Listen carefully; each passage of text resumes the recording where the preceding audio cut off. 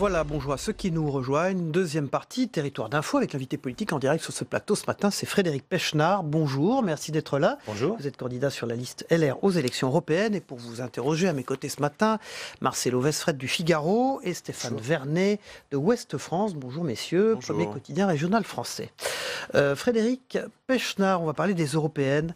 François-Xavier Bellamy tire-t-il de son discours sur l'immigration? Alors je vais le citer, je veux mettre fin à l'immigration massive qui fracture notre pays, c'est ce qu'il a dit à Marseille hier. Est-ce qu'il tire donc de ses discours durcis sur l'immigration son embellie actuelle dans les sondages? Il est entre 14 et 15,5% des voix. François-Xavier Bellamy est votre liste. Non, je pense que François-Xavier tire finalement sa légitimité du fait qu'il parle à l'intelligence des gens. Moi, j'ai été frappé, quelqu'un que je ne connaissais pas avant les européennes, j'ai été frappé quand j'ai rencontré pour la première fois par la façon dont il s'exprimait. Le fond, bien sûr, mais également la forme. C'est quelqu'un qui est, et c'est pas si fréquent que ça dans les mœurs politiques, qui est courtois, qui écoute, qui s'exprime. Et franchement, quand on l'écoute, eh bien, c'est agréable, c'est intéressant et on se sent plus intelligent. Voilà, donc au lieu de parler au mauvais côté des gens, d'agiter leur peur, eh bien, il essaye d'avoir un discours à la fois construit, intelligent et positif. Et je crois que c'est ça qui a fait sa particularité et qui est fait que ça a pris. Il a un peu évolué. Sur l'immigration, maintenant, il en parle beaucoup. Dans ses meetings, dans les interviews à la Provence, j'ai vu également. On parle beaucoup de sécurité dans notre campagne parce que la sécurité, c'est quelque chose qui intéresse les gens, c'est quelque chose qui préoccupe les gens. La sécurité, d'ailleurs, au sens très large. Et c'est pas inutile de savoir que l'Europe a fait beaucoup pour la sécurité de la France. Ce qui est intéressant dans la sécurité en Europe, c'est que c'est pas ce que la France a fait pour l'Europe, mais en l'occurrence, ce qui a déjà été fait, l'Europe a fait beaucoup pour la France. L'Europe a permis de créer le mandat d'arrêt européen, les équipes communes d'enquête, le système d'information Schengen, qui sont des outils formidables pour la police et la gendarmerie française. Et d'ailleurs, nos amis anglais le savent et l'ont dit. Il y a eu une conférence de presse de Cressida Dick, qui est la patronne de Scotland Yard, et qui expliquait aux Anglais que la sortie de l'Europe, que le Brexit, était pour la sécurité des Britanniques une mauvaise nouvelle. Parce que malgré ce qu'ils allaient réussir à faire en palliatif, ils n'arriveraient pas à égaler les outils européens, et notamment Europol, qui est notre agence européenne de police. Mais au-delà de ces mesures et de ce bilan, le fait que M. Bellamy durcisse le ton sur l'immigration, est-ce que ce n'est pas lié tout simplement au fait que le Rassemblement national caracole aujourd'hui en tête si on regarde tous les sondages? Vous savez, je crois qu'il faut pas se comparer aux autres, il faut travailler dans sa propre ligne. Moi, le Rassemblement national, qui a fait notamment de la lutte contre l'immigration un de ses chevaux de bataille, je m'étonne quand même qu'ils aient voté systématiquement à l'Europe contre tout. Le Rassemblement national a voté contre le budget d'Europol, il a voté contre le PNR. On a même entendu Marine Le Pen qui disait que les terroristes ne prenaient pas l'avion, c'était pas la peine de voter le PNR. Le PNR, c'est le Passenger Name Record qui permet au service de sécurité de savoir qui monte et qui descend des avions. Alors que c'est une évidence que les 99% des terroristes français qui sont partis combattre en Syrie et en Irak sont partis en avion, si vous voulez. Ils ont voté également contre la création d'un corps de garde-frontières, contre l'augmentation du budget de Frontex. Comment voulez-vous protéger les frontières de l'Europe et de la France, ce qui est d'ailleurs un de nos chevaux de bataille, c'est incontestable, si vous n'avez pas des gens pour garder ces frontières. Donc on voit bien que le Rassemblement national, sur les sujets de sécurité, est passé complètement à côté. Et complètement à côté, pourquoi? Parce qu'il vote systématiquement contre l'Europe. Nous souhaitons avoir un projet qui soit un projet. Nous avons un projet qui est ancien. Le projet, il est déjà depuis quelques mois, donc on le décline partout en France. Moi, je le décline surtout à Paris. Il est cohérent, il est sérieux et il est là pour aider l'Europe à protéger la France. Toujours sur François-Xavier Bellamy, à votre avis, qu'est-ce qui lui manque pour décoller dans les sondages? Il fait 14-15, mais est-ce que les Républicains peuvent se contenter de faire 14-15% aux prochaines européennes? Et sinon, qu'est-ce qui lui manque pour faire partir la campagne? Je pense que c'est une prise de conscience des gens. Finalement, il s'agit bien d'élections européennes.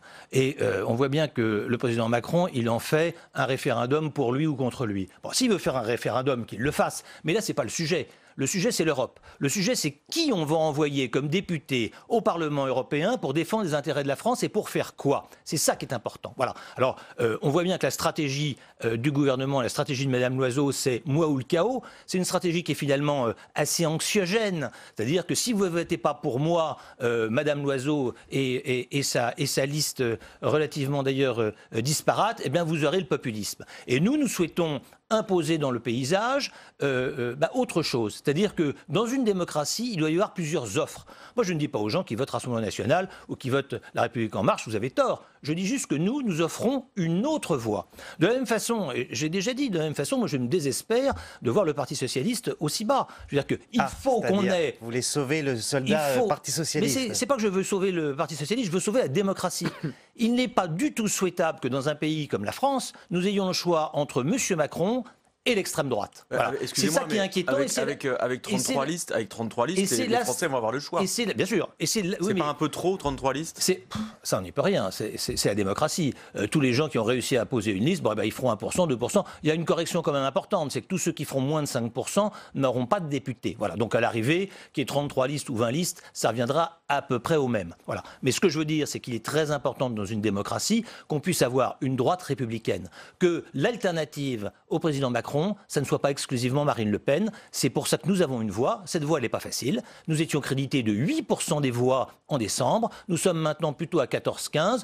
Je ne vous cache pas que ce qu'on espère, c'est continuer à progresser parce que nous devons peser dans le débat démocratique français. Avec d'ailleurs des ralliements de maires qu'on pensait être plutôt Macron-compatibles, le maire de Toulouse, le maire de Reims et le maire de Nice, Christian Estrosi, qui finalement disent nous on va voter Bellamy.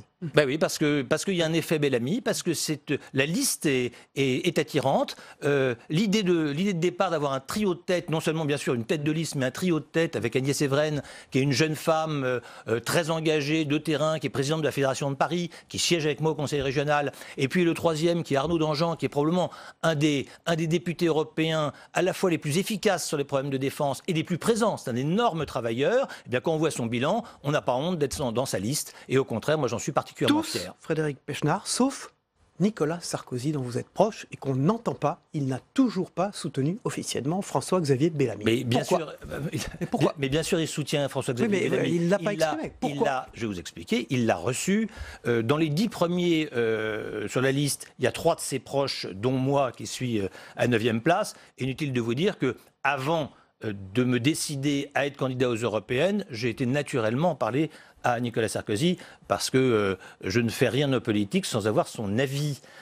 Et il m'a encouragé à y aller. Je vous rappelle aussi qu'il est membre du Parti des Républicains. Il a toujours été, depuis le début de sa carrière, même dans les moments difficiles, fidèle à sa parole et à son engagement politique. Maintenant, il est retiré de la politique. Il est ancien président de la République et c'est donc tout à fait normal qu'il ne veuille pas rentrer dans la politique. Il ne rentrera pas dans la campagne. Je n'en sais rien, je ne suis pas le porte-parole. Il ne soutiendra pas officiellement François-Xavier Bellamy. Je n'en sais rien, je ne suis pas le porte-parole de Nicolas Sarkozy. Je sais une chose, c'est qu'il votera pour cette liste et qu'il m'a encouragé à en faire partie. Donc pour moi, il n'y a aucun doute, naturellement, Nicolas Sarkozy soutient la liste Les Républicains. Mais quelle autre liste pourrait-il soutenir? C'est son parti, c'est sa famille politique depuis qu'il a 16 ans. Frédéric Pechnard, comment vous réagissez quand vous voyez hier quasiment tout le gouvernement battre les estrades ou en tout cas assister à des meetings, que ce soit à Caen autour de Nathalie Loiseau, que ce soit à Paris au Théâtre Bobino, que ce soit à Orléans, tous sur le pont? Est-ce que c'est le rôle du gouvernement?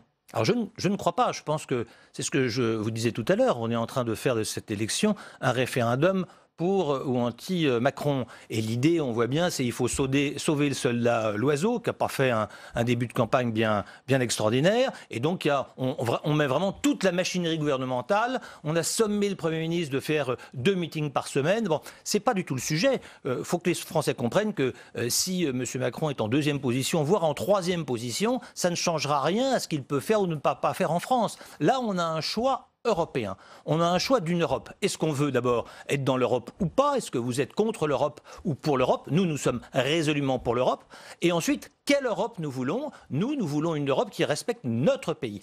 Par exemple, je vous disais tout à l'heure que l'Europe avait fait énormément de choses pour la sécurité, c'est vrai. Par contre, pour la sauvegarde des frontières, Frontex a échoué. A échoué probablement par manque de volonté politique, mais aussi par manque de moyens. Donc nous souhaitons renforcer les frontières extérieures de l'Europe, mais nous souhaitons également avoir une double protection et restaurer les frontières françaises. Vous faites comment avec les frontaliers? Pas définitivement, mais le temps que ces frontières extérieures de l'Europe soient, plus efficaces. Stéphane Vernet. Dans un tout autre registre, à propos de l'actualité, les Gilets jaunes, moi j'aimerais avoir votre regard, d'ancien policier sur la doctrine employée par les forces de l'ordre dans la maîtrise des manifestations. Alors, il y a 2 choses. Il y a les manifestations et il y a l'émeute. Et ça, c'est deux choses qui sont complètement différentes. Une manifestation, c'est des gens qui viennent défiler pacifiquement dans la rue et qui ont des pancartes et qui font qui disent un certain nombre de slogans. Ça, c'est quelque chose qu'il faut protéger, évidemment, dans une démocratie à tout prix. Et là, il y a une tactique de maintien de l'ordre pour les forces de l'ordre qui est pas de contact. C'est-à-dire que les forces de l'ordre sont là pour protéger le cortège. Ça, ce n'est pas le cas du 1er mai. Pour éviter les débordements. Et donc, le positionnement est très statique. Voilà. Et puis, vous avez une autre doctrine d'emploi, c'est quand il faut aller, quand vous avez des dégradations. Quand vous avez soudain des gens qui attaquent, des policiers qui mettent le feu à des voitures, qui cassent des vitrines, qui cassent du mobilier urbain, qui pillent des magasins. Bon, là, on n'a plus affaire à des manifestants, on a affaire à des délinquants qui commettent des infractions de droit commun, des crimes ou des délits. Ces gens-là doivent être interpellés. Et à ce moment-là, il faut que la police soit dynamique. Alors, ce qui est fait est bien fait ou pas? Alors, c'est ce qui est en train d'être mis en place. C'est d'ailleurs, moi j'ai déjà eu l'occasion de le dire, mais il a fallu attendre, on va être au 25e ou 26e acte si on compte le 1er mai. Moi j'ai participé, je suis élu dans le 17e arrondissement, j'ai vu ce qui s'est passé dans le 17e où l'arrondissement a été mis à feu et à sac sans que les forces de l'ordre puissent intervenir. C'était à proprement parler scandaleux. Les Parisiens et notamment les habitants du 17e, puisque je suis à leur contact, notamment le 8 décembre, n'en peuvent plus. Voilà. Donc il fallait impérativement que la police reprenne la main et arrête les émeutiers. Voilà, c'est un impératif. Frédéric Pechnard, est-ce qu'il faut que la droite redépose une proposition de loi anti-casseurs pour pouvoir remettre notamment la disposition qui a été censurée par le Conseil constitutionnel? Je pense que oui, parce que c'est difficile de tout comparer, mais à un moment donné, et notamment quand j'étais directeur général de la police, on avait un énorme problème dans les stades avec les hooligans. Il y avait des violences dans les stades systématiquement. Ben, on a réussi à venir à bout de ça avec plusieurs outils. Il n'y a pas d'outil miracle, mais un des outils a été l'interdiction de stade. C'est-à-dire que quand quelqu'un avait commis des infractions, des violences, des hurlements, des injures racistes, etc., à l'intérieur du stade, il était interdit. Alors, il est certes plus facile d'interdire. Il était fiché comme tel. Il était interdit. C'était une interdiction qui pouvait être judiciaire ou administrative. Et quand il arrivait, on lui disait, monsieur, vous n'avez pas le droit d'entrer. Il était même obligé, les jours de match, de pointer dans son commissariat. Et donc, ça a permis d'enlever un certain nombre de personnes qui ne venaient pas pour regarder le football, mais qui venaient pour générer des troubles. Vous demandez une interdiction administrative de manifester, l'équivalent, et pourtant, c'est censuré. Alors, ça a été peut-être mal présenté. Ça a été censuré. Il n'est pas absolument évident que le président de la République ait eu raison de le faire comme ça et aussi rapidement. Peut-être qu'il faut le présenter différemment. Enfin, qui ça choque d'interdire de manifester quelqu'un qui ne vient pas pour manifester, mais qui vient au contraire pour brûler, pour casser, pour piller. Et on l'a bien vu le 1er mai. Une des vraies difficultés qu'a eu le gouvernement et le ministre de l'Intérieur le 1er mai, c'est le mélange. C'est-à-dire que vous avez à la fois des gens qui viennent manifester et des syndicats pacifiquement, et des gens qui sont à l'intérieur de manifestations pour tout casser. Bien, franchement, ces casseurs, si on leur dit juste, monsieur, ça fait 3 fois que vous venez dans les manifs, ça fait 3 fois que vous êtes arrêtés, ça fait 3 fois que vous avez brûlé des voitures, attaqué des policiers, cassé des vitrines. Bon, ben maintenant c'est terminé, vous n'avez plus le droit de venir. Moi, personnellement, ça ne me pose aucun problème. D'une manière plus générale, quel regard vous portez sur le tandem Christophe Castaner, Laurent Nunez, le poste de secrétaire d'État à l'intérieur vous avez été proposé en octobre? Oui. Et du coup, est-ce que c'est un tandem qui fonctionne de votre point de vue? Moi, je vais vous dire franchement, je trouve que les tandems, et notamment les tandems à Beauvau, ça n'a jamais fonctionné. Faites allusion à Pasqua-Pandro ? Même le meilleur tandem qu'on ait eu, Pasqua-Pandro, ça n'a pas si bien fonctionné que ça. C'est pour ça que vous aviez refusé le poste au mois d'octobre? J'ai refusé le poste pour des raisons diverses et variées, mais notamment... Mais encore disons que très simplement, avoir un poste, c'est pour en faire quelque chose. C'est-à-dire appliquer une politique. Et là, vous n'en aviez pas les moyens? Et je n'avais pas les moyens, ni la certitude de pouvoir appliquer la politique. Je vous donne un exemple tout simple. En tant que secrétaire d'État, vous voulez dire? Pour moi, en tant que secrétaire d'État, ou même peut-être d'ailleurs en tant que ministre, quand le président de la République, personne ne m'a proposé d'être ministre, mais un jour, peut-être que ça arrivera, j'en sais rien.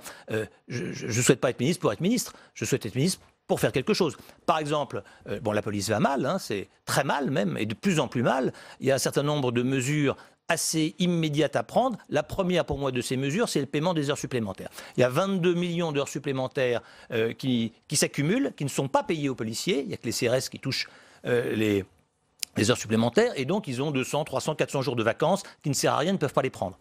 Et on doit être une des seules démocraties où quand les policiers travaillent plus, on ne les paye pas plus. Donc là, la première chose à faire, je l'avais fait moi quand j'étais DGPN et que Claude Guéant était ministre de l'Intérieur, on avait payé les heures supplémentaires aux volontaires. Et là, vous avez des policiers qui sont volontaires pour venir plus. Et comme ils viennent et qu'ils sont plus payés, voilà. C'est quelque chose qui est indispensable. C'est pas la seule chose. Et j'ai bien compris que ce n'était pas le débat d'aujourd'hui. Mais si on ne peut pas faire ça, franchement, eh ben, c'est pas la peine de devenir ministre ou secrétaire d'État. Autre thème dans l'actualité, Frédéric Pechner, vous êtes candidat sur la liste LR aux élections européennes. C'est un sujet qui, évidemment, rend sensible également les Français. C'est la biodiversité. Emmanuel Macron, vous le savez, a annoncé une série d'actions pour une terre habitable. Il a reçu une délégation des experts de l'ONU sur la biodiversité. Vous savez qu'elle est en très grand danger.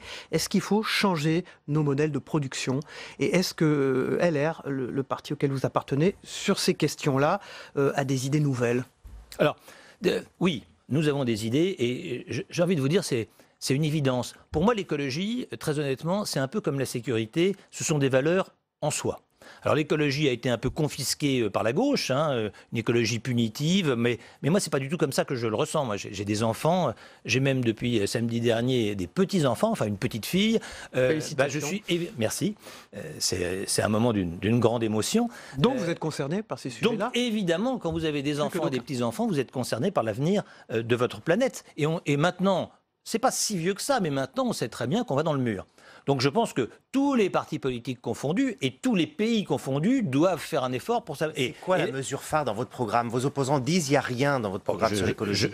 D'abord, c'est pas vrai. Ensuite, mes opposants, si vous parlez de la République En Marche, j'aimerais bien savoir ce qu'ils proposent, puisque je vous rappelle qu'on n'a toujours pas de programme. Il n'y a toujours pas de programme. Le fait que M. Canfin soit numéro 2 sur la liste, je vous rappelle que c'était le ministre de François Hollande qui n'a pas fait grand-chose. Je vous rappelle également que le 4e sur la liste, c'est un agriculteur qui passe son temps à se pourrir avec le numéro 2. Ils n'ont pas du tout les mêmes idées là-dessus. Et enfin, sur l'écologie, on avait un très bon ministre de l'écologie, Nicolas Hulot, qui a démissionné avec perte et fracas. Donc je pense que personne n'a à nous donner de leçons d'écologie. Je crois que la principale chose qui est importante, c'est ce qu'on a. On a 5 propositions que vous pouvez lire dans notre programme. La première, c'est la barrière écologique. Concrètement, je vous donne un exemple très simple. Aujourd'hui, on achète du parquet de chêne aux Chinois. Les Français achètent des parquets de chêne aux Chinois. Ce parquet de chêne, il vient des chênes de nos forêts. C'est-à-dire que les Chinois achètent nos chênes, ils traversent la moitié de la planète. Bienvenue la signature carbone. Ils sont transformés en Chine et ils reviennent en retraversant la moitié de la planète. On est chez les fous. Donc là, on voit bien qu'il faut faire une barrière douanière pour rendre plus compétitifs nos propres entreprises. Et c'est la même chose pour les produits bio. Nous produisons des produits bio remarquables en France. On achète des soi-disant produits bio à l'étranger qui en plus viennent en avion. Là, on voit bien qu'il faut mettre une barrière douanière pour favoriser l'agriculture et l'artisanat de la France et qu'on produise bien là où on utilise. Et ça fera déjà quelque chose d'assez simple à comprendre et de très efficace. Frédéric Pechner, donc nouveau grand-père et candidat. Et très heureux d'être grand-père. Et très heureux sur la liste LR aux élections européennes, menée par François-Xavier Bellamy. Et très heureux d'être sur la liste aussi d'ailleurs. Merci beaucoup d'avoir été notre invité politique. Merci Stéphane Vernet d'Ouest France. Merci Marcel Ouestfred. On passe au débrief de l'actualité dans un instant. À tout de suite.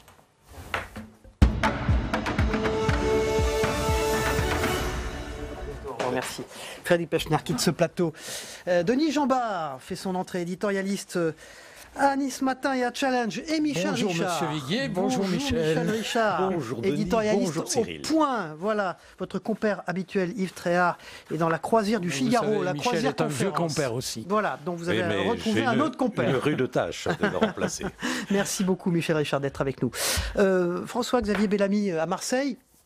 Donc meeting avec les ténors de la droite, des Républicains, durcissant son discours sur l'immigration, je veux mettre fin à l'immigration massive qui fracture notre pays, a-t-il dit dans cette interview qu'il a d'ailleurs faite à nos confrères de la Provence. Est-ce que cette remontée dans les sondages, je démarre avec vous Michel Richard, est corollaire à ce durcissement de son discours sur l'immigration? En tout cas, c'est sûrement fait pour ça. C'est sûrement fait pour ça.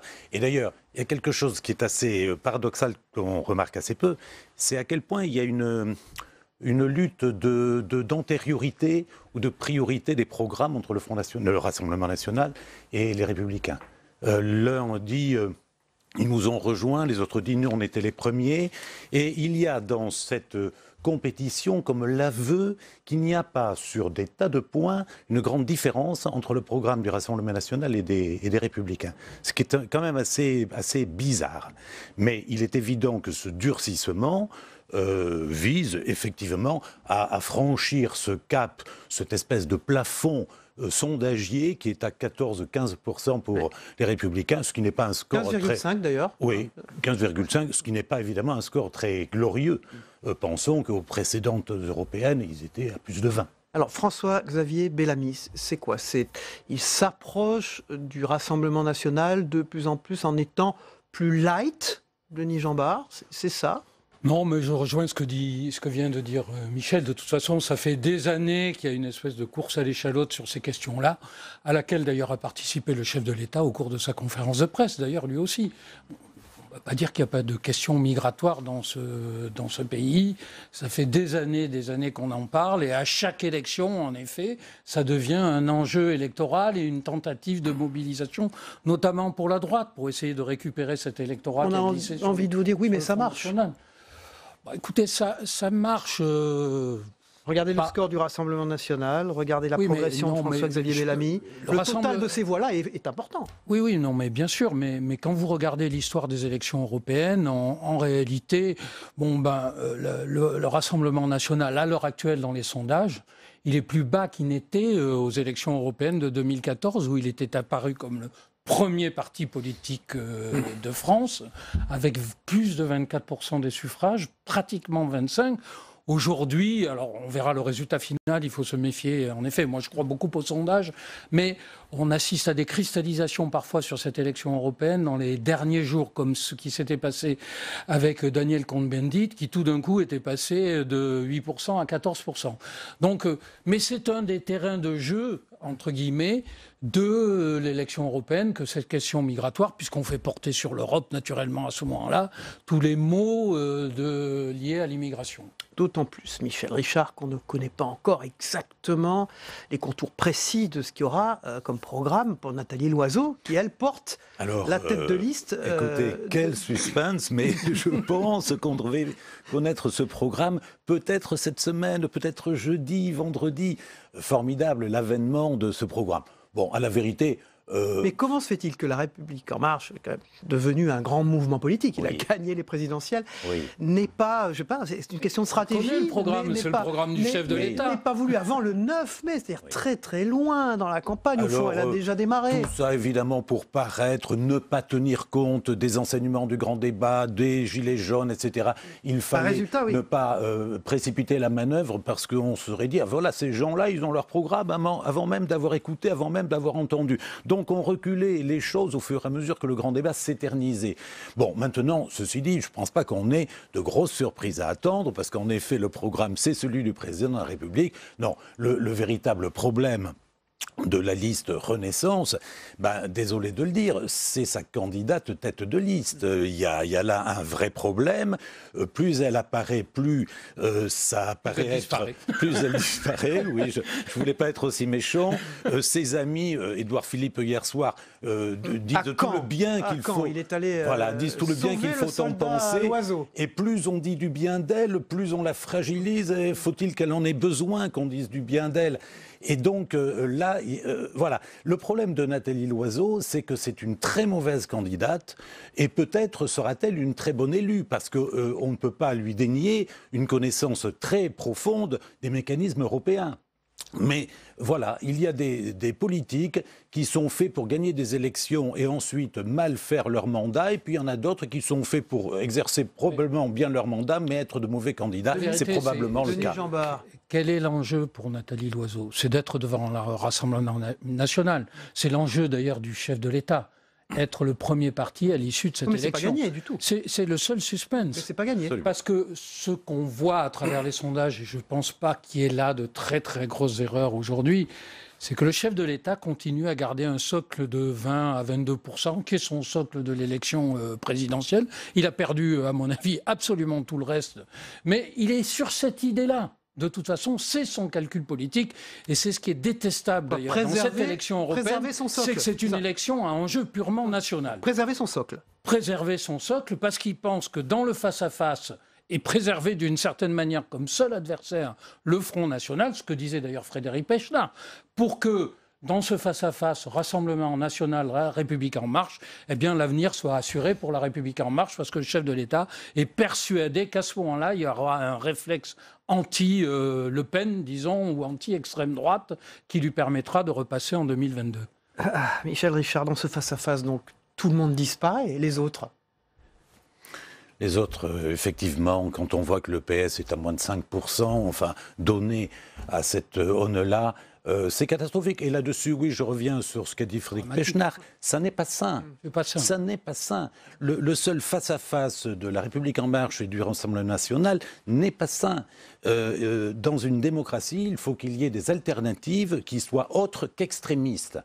Donc, franchement, quelles que soient les opinions politiques que l'on peut avoir, le fait que les Républicains reviennent dans le jeu démocratique, reviennent une force qui compte d'alternance possible, est quelque chose de sain. Le fait que le Parti socialiste revienne dans le jeu, et il en est loin, et il fait tout pour en être loin, hélas, mais c'est quelque chose qui est sain.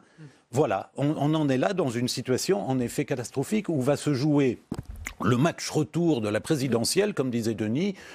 C'était 1-0 en 2017, ce sera combien? Ce sera Je pense que ce qu'on voit aujourd'hui à travers ces européennes, c'est que la décomposition politique se poursuit.